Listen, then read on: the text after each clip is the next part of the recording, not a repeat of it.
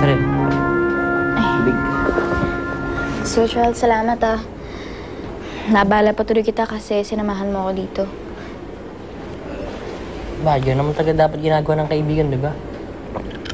Yun ay kung kaibigan mo pa rin ako. Oo naman. Matagal na kitang napatawad. Naisip ko kasi wala namang mangyayari kung patuloy lang ang magalit sa'yo. Dahil lang sa nangyari kay Inay. So, okay na tayo ulit?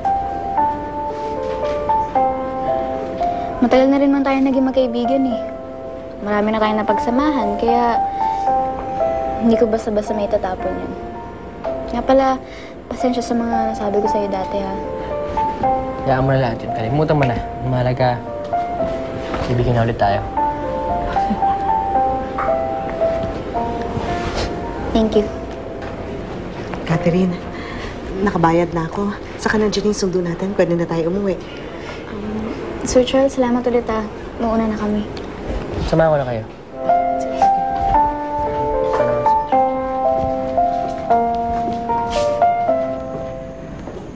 Kanina pa siya tulog. Sinlate kasi siya ng mga nurses.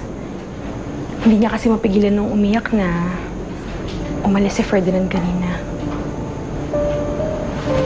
Kung ako sa'yo, inuntok ko na lang sana ng paulit-ulit ang ulo niya. Just sa dingding. Para tumigil kakaiyak. Amara, please! Oh, excuse me, Dr. Adrina, but I couldn't help myself from saying that. Poor Lillian. Sa mental din pala ang bagsak. That's what you get for messing with my family.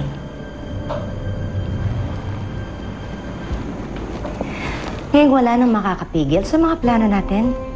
Tuloy mo na ang pagpapabaliw dyan sa babaeng yan. Para di na siya makabalik sa amin at kay Ferdinand. Huwag kang mag-alala, Amara. Dadagdagan ko ng dosage yung hallucinatory pills niya. Pero kailangan natin dahan-dahanin para hindi biglaan yung effect. Okay.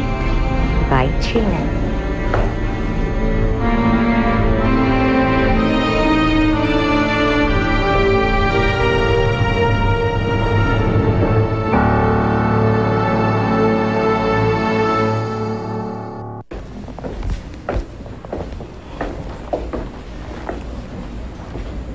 Ferdinand,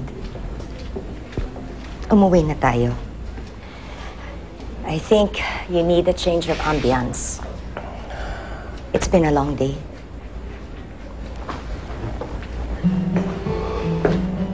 Okay lang ako dito, Amara. Gusto mo ba? Paluto ko kay Manong yung paborito mo? Alam mo naman na hindi rin ako makakakain. Wala rin akong gana kumain at ayaw ko rin muna umuwi sa bahay. I understand.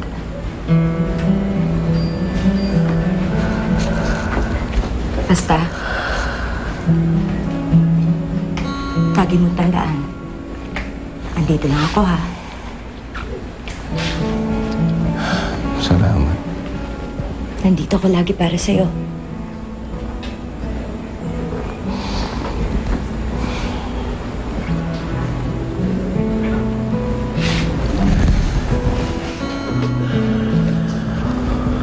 Ewan ko ba? Kailan ba matatapos to?